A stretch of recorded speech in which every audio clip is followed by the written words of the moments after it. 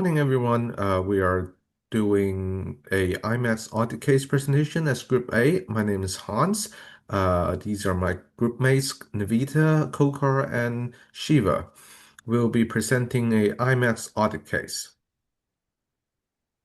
So let me hand over to Kokar for the overview.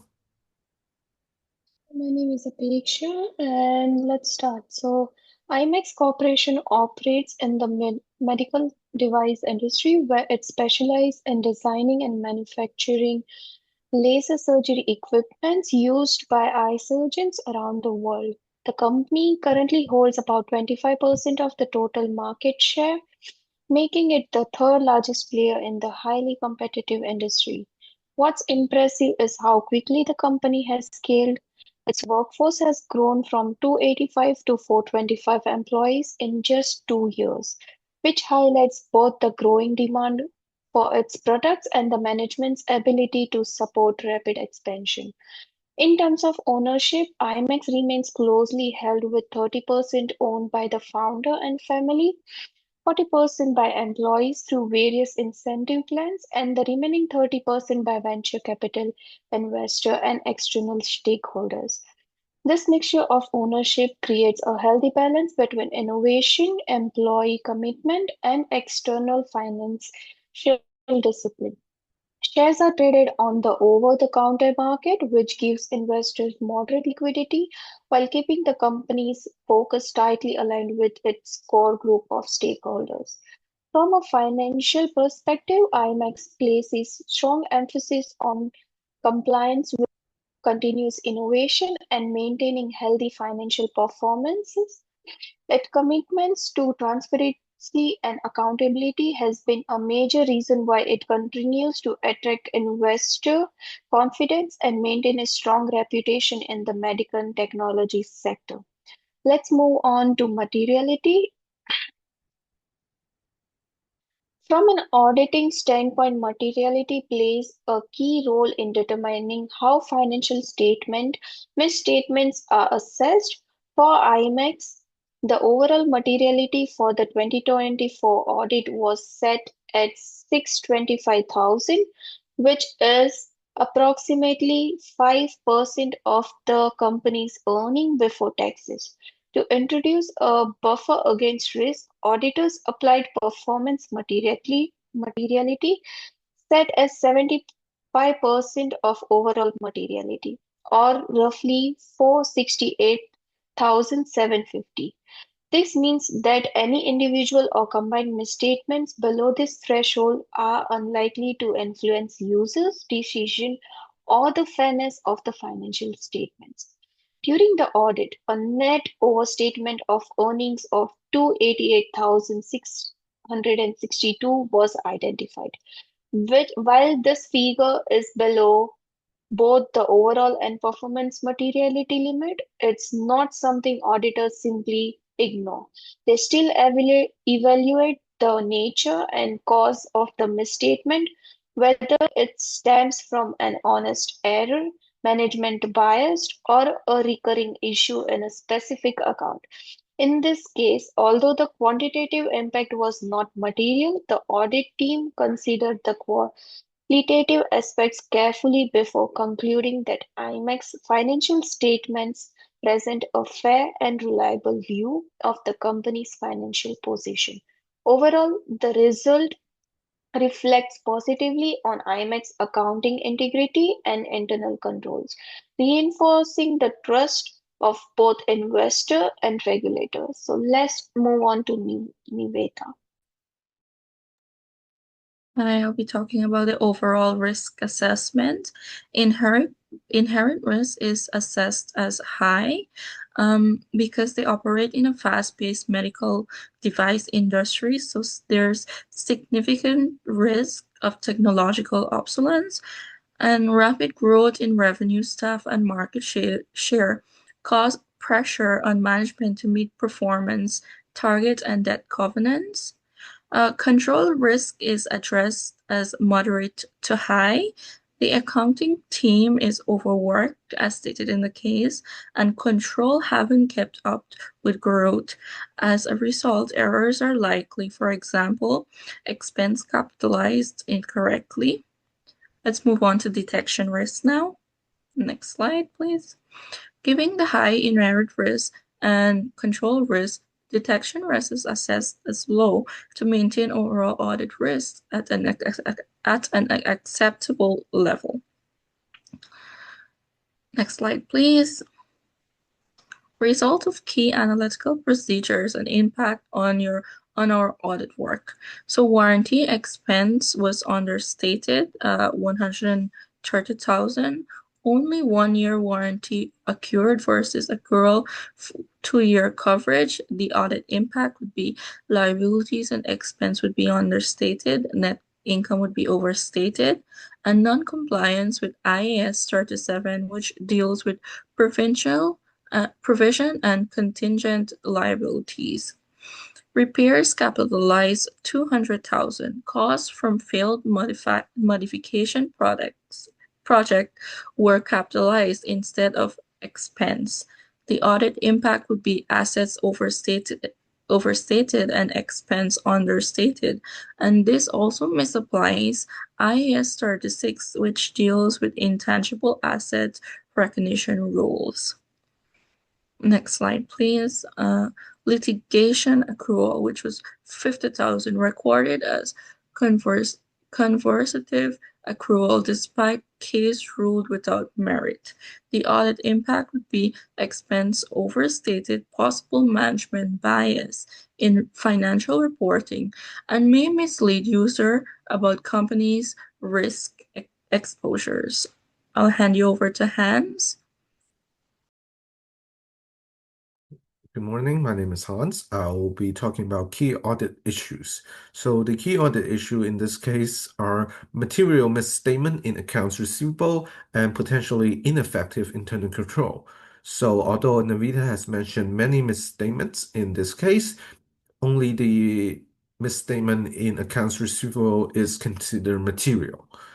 And the cause of this material misstatement is the incorrect price in billing, which this might indicate a deficiency in internal control. To address this issue, test of control is required. The auditor should inquire from management about internal control procedures and make observations about how these procedures are done. Tests such as reperformance and recalculation should be done to determine the cause of the errors. And recalculation of AR is important because it ensures the balance is correct. Also, we could send confirmation letter to sample customer to see if the billing is correct and ensure the AR balance is correct. If tests has been conducted and internal control has been proven to be ineffective, the auditor shall conduct more substantive testings. And move on to the SWOT analysis. SWOT analysis analyzes the strength, weakness, and opportunity and threats the company faces. So the company's strength, IMAX strength, is long operating history. Since founded in 1990, IMAX has a long operating history with proven records. Its market share is also one of its big strengths. It occupies 25% of the market share, making it the third largest in this industry. Its high growth is also remarkable strength as it has grown from 285 to 425 employees in just the past 2 years. Although there are strengths, there are weaknesses. Its weaknesses is the lack of diverse capital sources, as is only listed on the OTC bulletin board markets, with most share being held by one single family and its employees. This makes it lack diversity capital sources and might hinder their expansion.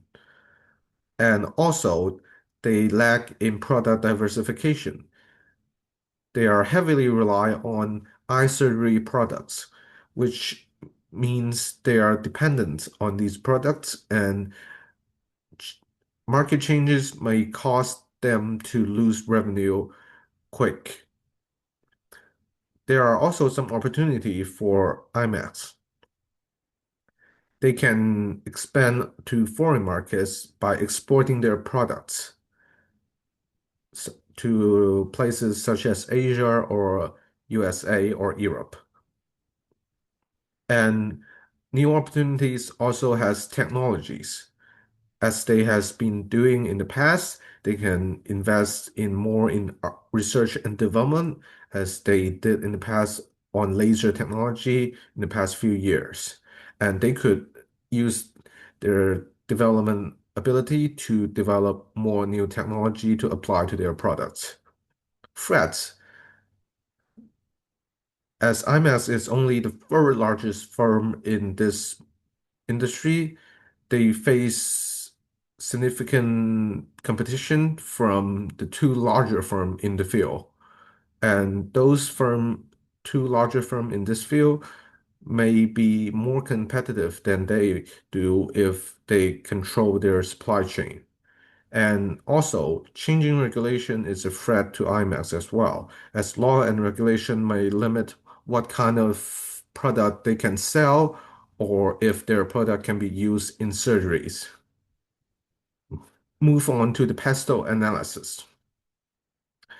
So, uh, politically, IMAX faces government healthcare policy changes, and these changes cause government to decide if they would include eye surgery in their healthcare policy, which will determine the sell for IMAX. If eye surgery are not included in government healthcare policies, this means IMAX will have to sell their products to individuals paying out of pockets. And if IMAX decided to export to other markets, they are facing tariff. For example, if they are exporting to USA, they will face high tariff for their products. Economically, as they are traded on the OTC bulletin point market, they face stock market fluctuations and the economic situations in the current world will decide if people are going to pay for their eye surgeries if they are unnecessary, which affects the sale of IMAX. So, social-wise, the aging population in North America will promote more sales for IMAX. As people get older, they will need more surgeries. And technology, as we are living in an AI time right now, IMAX can utilize AI to empower their research and development to develop more applicable technology to their products. And they also face some legal aspects of in their company. They have they have to use their product from research and development to apply for patents as soon as they can to protect themselves from intellectual property theft. And they also need to make sure their product is not similar to the competitor's product in an intellectual property way. And they also face product defective lawsuits if their product is defective, which means they need to be prepared legally when their product might cause harm to patients. And environmentally, they could increase their supply chain sustainability to meet sustainable development goals and increase their appealing to uh, environmentally conscious consumers. And I'll move to Shiva for next slide. Hello, everyone. It's about ensuring all relevant issues are addressed in this case. The purpose of this section is to ensure that all issues raised in the IMAX Corporation audit case have been properly addressed and that the final conclusion supports an appropriate audit opinion.